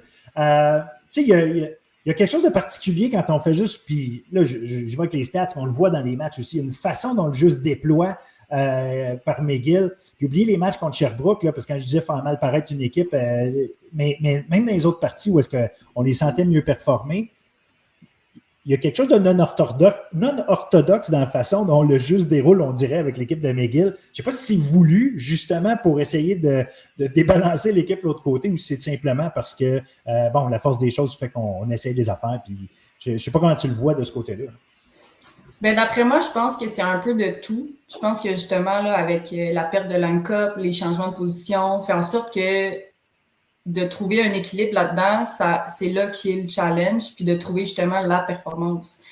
Sandrine Méthode, c'était une centrale avant qui est devenue à l'aile. Il y a tellement de choses qui est différent dans ce rôle-là, autant dans la technique que dans les positions que tu vas jouer dans le match, que ton rôle, que plein de choses. Donc, ça fait en sorte qu'il y a beaucoup de joueurs en ce moment qui doivent s'ajuster à chaque match. Fait que ça rend la tâche un petit peu plus difficile. Mais justement, c'est de continuer à être ouvertes à travailler dans cette optique-là parce que probablement qu'elles ont un but à long terme avec ces rôles-là. Intéressant. L'UQTR maintenant, comment tu vois? Je sais que c'était une équipe que tu espérais voir aller se battre. Bon, je ne dirais pas que c'est une surprise, ça n'est pas une, on les voit. Ils sont une position qui est normale en milieu de peloton comme ça. Est-ce que tu t'attends à les voir encore plus se battre pour en deuxième moitié de saison, être en position peut-être justement d'aller chercher 1 ou 2 victoires contre des équipes de tête, parce que ça va prendre ça si on veut être capable de se qualifier. UQTR vont avoir un gros mandat après Noël. Justement, là, comme tu dis, elles vont devoir gagner des matchs contre les 4 équipes qui sont en Odell pour espérer faire les playoffs. Je pense qu'il faut qu'elles trouvent une identité, il faut qu'elles trouvent... il y a eu beaucoup de roulements de joueuses. Je pense qu'on manque un petit peu de constance à ce niveau-là. Je pense que les joueuses, justement, ils doivent continuer à essayer de trouver des façons de marquer. La majorité des matchs, elles sont capables de maintenir une équipe. Mais après ça, c'est de le finir le point, c'est de finir le set sur une victoire, d'aller chercher les points importants. Puis je pense que c'est encore un apprentissage que cette équipe-là fait. Elles ont des très bonnes athlètes qui sont capables de faire des points puis de maintenir le match. Elles ont une excellente libéraux qui challenge toutes les balles. Je pense justement, là, c'est vraiment de trouver son identité en tant qu'équipe puis de finir, d'être capable de closer un set, de performer dans les moments importants.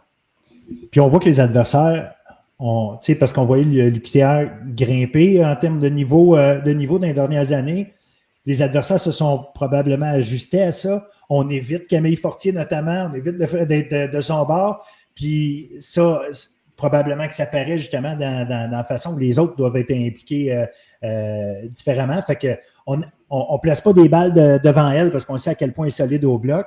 Puis de l'autre bord aussi, c'est ça, on a besoin d'aller malgré tout trouver des solutions.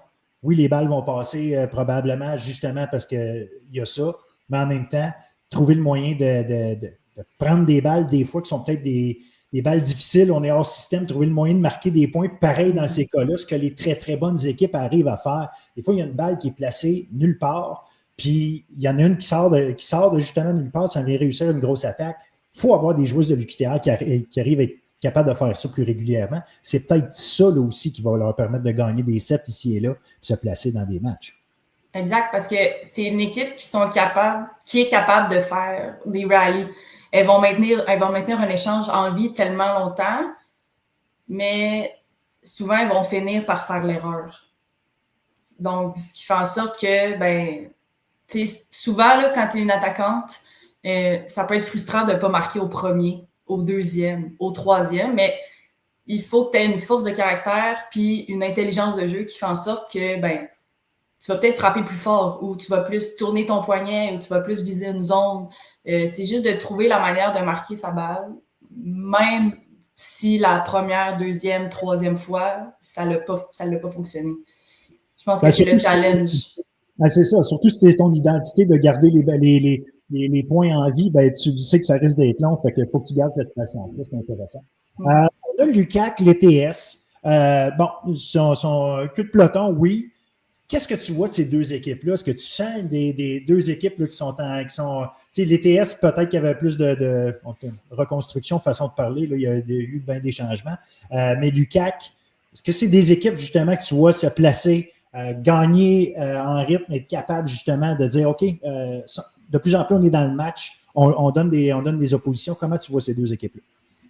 Je voudrais mentionner premièrement les 2 premières victoires de l'ETS dans le circuit universitaire. Oui, absolument. Fait qu'elles ont gagné leurs 2 matchs en 5-7 contre l'UQAC avec des scores quand même serrés. Je pense que c'est une belle façon justement d'avoir ces 2 premières victoires-là, justement d'avoir travaillé pour puis d'avoir réussi. Je pense que le deuxième match a fini au 5e set 20-18, ce qui fait en sorte que c'est de l'expérience, puis c'est des bonnes expériences pour des joueuses comme ça. Puis autant pour les filles de l'UQAC qui ont perdu ces matchs-là, elles ont quand même travaillé jusqu'à la fin. Puis je pense que c'est 2 équipes justement là, qui vont continuer à se développer. Je vois passer les joueuses du match souvent là, de l'UQAC, puis c'est souvent des plus jeunes. Donc je pense qu'ils ont une bonne relève qui vont apprendre à performer au fil des années, puis qui vont prendre un rythme aussi un petit peu plus élevé. Non, c'est intéressant parce que c'est ça, c'est toujours ça. Oui, victoire-défaite, ça, c'est une chose. Tu ne veux pas tomber dans des spirales, mais en même temps, c'est ça, c'est de voir comment ces équipes-là continuent à progresser et à aller se placer. On ne s'attend pas à des championnats dans 2 ans nécessairement, quoique, why not? Mais il reste que, c'est ça, c'est de les voir justement pas trop traîner de la patte, mais rattraper le peloton. Puis c'est là que ça devient intéressant parce que tu veux que chaque match, j'ai de la misère avec mon... chaque match a une signification puis a son importance. Donc, voilà. Fait que ça fait quand même un solide tour de ce qui s'est passé du côté universitaire. Je vais laisser le monde déterminer à partir de là comment voit les choses d'ici la fin. De toute façon, au retour des fêtes, on va se parler plus souvent. Fait qu'on va avoir un feedback plus temps réel, façon de parler de ce qui se passe dans les différents matchs puis comment les tendances se placent pour les équipes. Je vais aller quand même du côté collégial, justement. On en a parlé au début. Je veux voir avec toi qu'est-ce qui se passe. Évidemment, tu es impliqué comme assistant-entraîneur avec André Laurando. D'ailleurs, on va y en parler tout de suite. 3 victoires, 3 derniers matchs. Fait que ça, c'est très intéressant pour l'équipe. Parle-moi-en justement de ce qui se passe avec le Boomerang. Est-ce que, justement, ces 3 victoires-là, ça donne quoi là, comme boost? Puis, est-ce que c'est 3 victoires attendues, pas attendues? Comment vous aviez travaillé pour ça? C'est quoi le feeling autour de ça?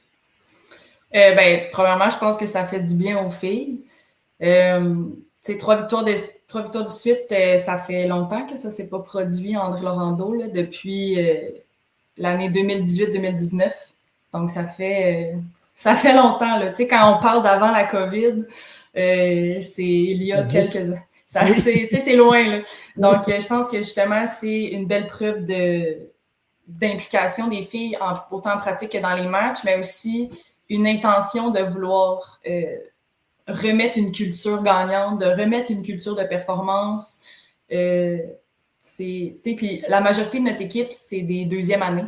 Donc, c'est des filles qui vont apprendre, entre autres aussi pour l'année prochaine, qui vont être leur dernière année. Donc, je pense que justement, là, ça reflète un peu le travail que ces filles-là ont fait dernièrement là, dans le dernier mois. Puis, ça fait du bien, je pense. Puis, ça a donné qu'on avait 2 matchs de suite contre les 2 équipes qui sont à la fin du classement. Si on n'avait pas eu ces matchs-là de suite, on n'aurait peut-être pas gagné 3 matchs de suite, mais la vie a bien fait les choses. On avait une opportunité, puis on est allé la chercher. Ce que je trouve de fun, justement, c'est pas juste on a gagné contre une équipe qui est 7e. On est allé la chercher quand même parce qu'on était 7e puis 8e, nous autres aussi, dans le temps. Donc, ça fait en sorte que, justement, on a été opportunistes, on a travaillé fort, puis ça fait du bien. C'est sûr, c'est ça fait du bien les victoires. L'autre côté, en même temps, tu le dis, puis c'est intéressant parce que ces équipes-là qui sont 7-8e veulent battre l'équipe qui est 6 en se disant, c'est ma façon de monter. Fait que toi, quand tu es à cette position-là, tu protèges, évidemment, puis toi, tu veux monter, évidemment, à 5 et 4. Fait qu'il faut que tu gagnes ces matchs-là. Fait qu'il y a... des fois, on va dire, tu as battu les équipes de bas de classement, mais le stress, il est là pour cette équipe-là. C'est de s'assurer de gagner ces matchs-là. Puis le challenge, il est là parce que tu as une bataille de position à aller chercher. Il faut que tu les battes. Alors que l'équipe numéro 1, 2, évidemment que c'est l'objectif ultime, c'est d'aller les battre. Mais ton objectif peut-être plus court terme, moyen terme, et pas d'aller nécessairement dire, je suis supposé battre les grosses équipes. Non, c'est de dire, peux-tu battre les équipes qui sont autour de moi au classement le plus possible. Fait que de le faire, ça rajoute aussi là, à l'importance. C'est pas une question juste de dire j'ai battu les équipes qui étaient en bas de moi au classement, c'est normal. Non, il fallait que je le fasse, puis vous l'avez fait et bien fait en plus. Ouais. Puis dans les autres défaites qu'on a eues avant, on voyait comme un chemin qui se créait là, justement de performance. Si on a commencé en gagnant aucun set, on est capable d'aller en chercher un. On est capable d'aller en chercher un. Puis après ça, d'être capable d'aller chercher les matchs au complet. C'est une belle preuve de caractère là, pour ces filles-là. Absolument, absolument. Évidemment, parler d'équipe 1 et 2 et compagnie, faut parler de Garneau. Si Sherbrooke, chez les filles universitaires, c'est une domination, je pense que Garneau aussi a sa domination. C'est impressionnant. Elles sont en contrôle de la situation.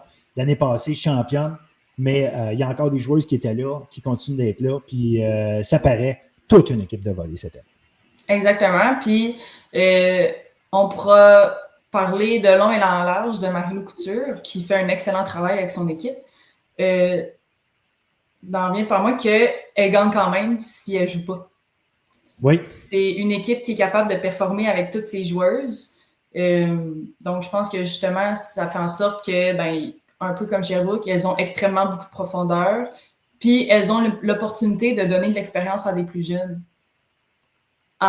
Puis, même si elles échappaient à un match, là, je pense pas que ça changerait grand-chose, mais ça fait en sorte qu'elles peuvent se permettre justement de donner de l'expérience à ces plus jeunes pour construire un avenir. Oui, parce que c'est une roue qui tourne. J'aime ça que tu l'amènes là-dedans. Il y a un cycle tout le temps dans des programmes. C'est pas pour rien que certains programmes arrivent à se maintenir. Puis c'est pas juste des cycles où est-ce que on a été bon 1 an ou 2, puis après ça, on tombe en bas, puis il faut rebâtir tout le temps. Mais celles qui se maintiennent, ces équipes-là, ces programmes-là qui se maintiennent, c'est parce que malgré le fait, oui, on attire des bonnes recrues, là, ça aide, mais il reste que malgré ça, on ne laisse pas nos recrues poireauter pendant 1 an et demi sur le banc avant de voir du terrain. Non, on les met en situation, on travaille avec elles, puis on établit des standards élevés dès le départ, ce qui fait que quand elles ont un gros rôle à prendre, puis quand on va arriver avec des gros matchs, puis elles vont être prêtes parce qu'elles vont l'avoir vu. On ne va pas juste dire, tu as le talent, tu es supposé être là. Non, on les a préparées, puis pas juste en entraînement. On les a vus en situation de match. Ça fait du vidéo aussi à analyser en situation de match parce que c'est beau de dire en pratique, est-ce que tu bombes tes balles à la bonne place? Est-ce que tu frappes des balles de telle façon? C'est correct, mais en situation de match, ou est-ce que c'est un peu plus chaotique qu'en pratique, veut pas, ou est-ce qu'il y a du stress, ou est-ce qu'il y a des enjeux? On est capable de lire et d'avoir de l'info là, qui nous permet de faire développer nos joueurs. Fait que ça, c'est important, tu le mentionnes. Ouais. Les équipes font ça. Puis ça fonctionne. Le jour où ça ne fonctionnera plus, les gens ne le feront plus. Mais en ce moment, elles ont l'opportunité et ça fonctionne. Donc, on ne pourrait pas cracher dessus. Ça ne servirait à rien de gagner tous nos matchs 3-0 en battant les équipes à 14. Non, exact. Tu ne fais pas d'apprentissage. Oui, il peut y avoir certains apprentissages, mais là, tu peux le partager à toute ton équipe en même temps. C'est ça qui est le fun pour Garneau. Exactement. Fait que là, on a ça de Garneau. Mais là, celles qui suivent, Sherbrooke, Édouard Montpetit, ça va être intéressant de voir s'il y en a une des deux qui va pouvoir aller grappiller quelque chose à Garneau. Mais ça reste que c'est du bon volley. Sherbrooke était parti très, très, très solidement d'ailleurs. Édouard Montpetit, on le sait, on parlait de programme qui est constant, mais Édouard Montpetit, depuis des années, c'est là. Comment tu vois la suite des choses pour ces deux équipes-là? Est-ce qu'il y en a une des deux qui, d'après toi, est un petit peu en avant ou c'est vraiment une bataille là, entre ces deux-là pour la 2e place, classement saison régulière, là, mais les éliminatoires championnat provincial, on verra rendu là, mais il reste que, y a-tu quelque chose que tu vois de ces équipes-là qui te fait ressortir quelque chose ou qui te fait dire qu'il y en a une des deux qui est peut-être petite touche en avant ou c'est laquelle des deux pourrait peut-être justement aller déranger Garneau? C'est difficile à dire parce que d'un côté, on a une équipe de Sherbrooke qui ont d'excellentes joueuses qui jouent bien ensemble avec une excellente recrue qui performe très bien en F Jolie. Puis de l'autre côté, on a Édouard Montpetit qui, un peu comme Garneau, peut-être un petit peu plus, fait jouer littéralement tout le monde. Ouais. Fait que on dirait qu'après Noël, ça va être de voir qu'est-ce qui va se concrétiser pour Édouard Montpetit dans qui performe mieux, qui fait gagner des matchs pour éventuellement être capable d'aller chercher le match contre Garneau, que ce soit en saison ou au provincial. Donc, justement, c'est difficile à dire parce qu'on a une équipe qui est beaucoup stable dans leur 6 partants, dans les filles qui jouent, qui performent très bien, donc ça fonctionne. Puis de l'autre côté, on a une équipe qui performe aussi, mais en utilisant tout le monde. Peut-être un petit peu moins facilement que si elle jouait juste avec un 6 partant, vu que récemment, ils sont allés beaucoup en 5-7. Je pense que c'est difficile à dire parce qu'on peut pas tant les comparer, étant donné que les deux équipes gèrent complètement leur équipe de manière différente. C'est intéressant. Puis pour la suite, bien évidemment, là, on a Outaouais, Bois-de-Boulogne, Lionel Groux. Équipe intéressante, mais justement, peut-être des équipes qui se fie beaucoup plus à une ou deux joueuses. C'est peut-être ça la différence, justement. Il y a peut-être une différence de profondeur. Bois de Boulogne, Jovanovic, puis à Lionel Groux d'Amboise notamment. Là, je nomme celle-là, mais c'est des équipes qui peut-être ont des joueuses exceptionnelles qui sont là. On est peut-être obligé de compter un petit peu plus sur elles, miser un petit peu plus sur elles. Ça va être intéressant de voir là, comment on va être capable d'intégrer peut-être un peu plus de joueuses dans les succès de l'équipe. Pas qu'elles ne sont pas là. Ça reste un jeu d'équipe, puis tout le monde doit contribuer. Je ne pense pas qu'ils ne contribuent pas les autres, mais on voit que les succès, le différenciateur passe par des joueuses plus ciblées dans ces équipes-là que dans celles de tête. Mm-hmm. Mais la chose, par exemple, c'est que j'ai l'impression que, mettons, mis à part Garneau, tout le monde en ce moment pourrait se battre. Okay. J'ai l'impression que malgré qu'il y a des équipes qui ont des joueuses un petit peu plus développées, formées, d'expérience, qui sont plus puissantes, ça fait en sorte quand même que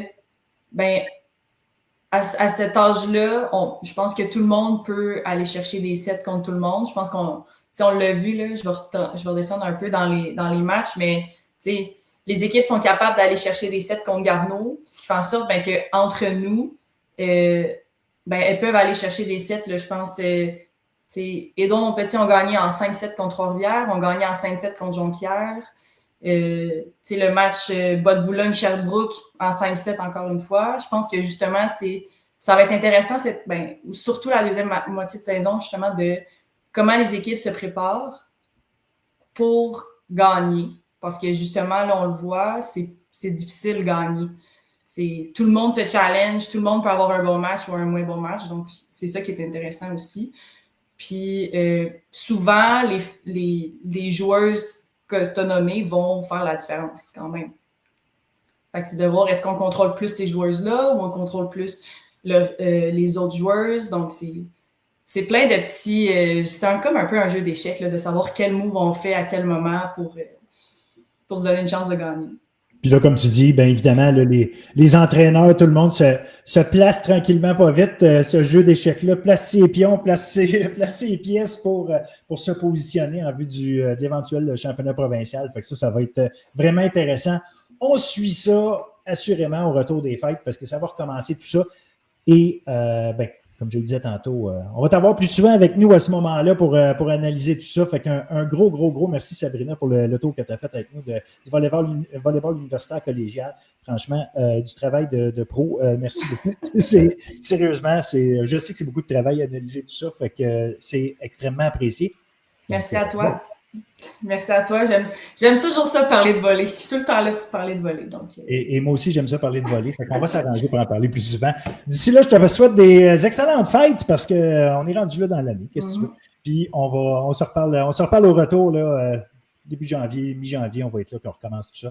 Et on aura en masse de volleyball de se mettre sous la dent. Bien hâte d'en reparler. Oui. Joyeuse fête. Merci encore. Merci, salut. Et voilà, c'est comme ça que ça se termine. Un beau programme consacré au volley. La semaine prochaine, on va être consacré au basket surtout. Et manquez pas ça, on devrait avoir une entrevue également avec Emmanuel Bronsard, entraîneur-chef de l'équipe de flag football des Aigles d'Huntsic. Oui, on revient sur du flag football. Belle discussion à avoir qui s'en vient avec elle la semaine prochaine. On va parler de l'état du flag football, de son rôle à elle, de son parcours à elle, une ancienne joueuse de l'UQAM notamment. On va bien hâte de jaser avec elle. C'est vraiment une personne importante dans le développement du flag football et de nos joueuses ici au Québec. Donc, bien hâte de vous présenter cette entrevue-là la semaine prochaine. Et je termine en vous disant une nouvelle que j'ai oublié de vous annoncer en levée de rideau du podcast. On a appris ce mercredi matin que le nouvel entraîneur-chef de la nouvelle équipe de hockey masculin universitaire du Vert-et-Or de Sherbrooke sera M. Dominique Desmarais. Fort intéressant parce que Dominique Desmarais a travaillé avec Bishops chez les femmes, a travaillé avec Champlain-Lennoxville au collégial D1 chez les hommes et maintenant, il se joint au Vert-et-Or pour monter ce programme-là, aller créer de toutes pièces le programme du Vert et Or en hockey masculin qui va probablement commencer en D2. Mais on voit ça tranquillement. Hein? C'est en train de se placer une conférence québécoise, je pense, qui s'en vient. Là. Évidemment, les équipes D2, probablement, ultimement, pourraient se joindre aux équipes qui sont déjà en D1, qui jouent au UA. Tranquillement, pas vite. Je dis tranquillement, pas vite. À quel point? À voir, mais assurément là, qu'on est en train de voir la naissance de cette conférence québécoise qu'on attend depuis longtemps et qu'on espère depuis longtemps en hockey masculin universitaire. Ça s'en vient. Bref, Dominique Desmarais, félicitations à lui. Très bonne personne pour s'occuper de ça et un gars bien connu dans la région de Sherbrooke qui, franchement, je pense qu'il saura faire ce qu'il faut. Un gars qui a tous les contacts nécessaires, assurément une bonne connaissance de hockey, bonne connaissance de tout le domaine de notre hockey en milieu étudiant au Québec. Donc, bravo et bonne chance à lui. Sur ce, je vous invite en fin de semaine à aller voir des choses. C'est pas fini au hockey. Je l'ai mentionné d'entrée de jeu au hockey collégial. Là, les 4 équipes de tête. Thetford, Alma, Sainte-Foy, Saint-Laurent. Fait que Thetford reçoit Sainte-Foy vendredi 19h30 et Champlain-Saint-Laurent sera à Alma samedi 14h. Des bons matchs à aller voir sur place et des bons matchs à regarder en ligne si vous ne pouvez pas y aller, mais je vous le dis, là, du bon hockey qui va se jouer là. Surveillez ça. Et en athlétisme, du côté de Sherbrooke, le Vert et Or, excusez-moi, pas du côté de Sherbrooke, du côté de l'Université Laval, c'est l'invitation Rouge et Or. Le 6 décembre, c'est la première rencontre d'athlétisme de la saison 25-26. Donc, allez voir ça. Toujours intéressant de voir ça. C'est nos athlètes qui, oui, se préparent ultimement. Là, les invitations servent beaucoup à se préparer pour le championnat, les championnats provinciaux. Mais n'empêche, des belles occasions de voir du monde se qualifier. Puis même faire des temps ou des performances qui pourraient leur permettre d'aller chercher tout de suite leur qualification pour les championnats canadiens. Donc, ça se passe du côté de l'Université Laval. De l'athlétisme, toujours intéressant, permet de voir plein de sports en même temps. Donc, des performances qui seront assurément à suivre. Du moins, nous autres, on va regarder ça, puis on vous en reparle la semaine prochaine. Salut!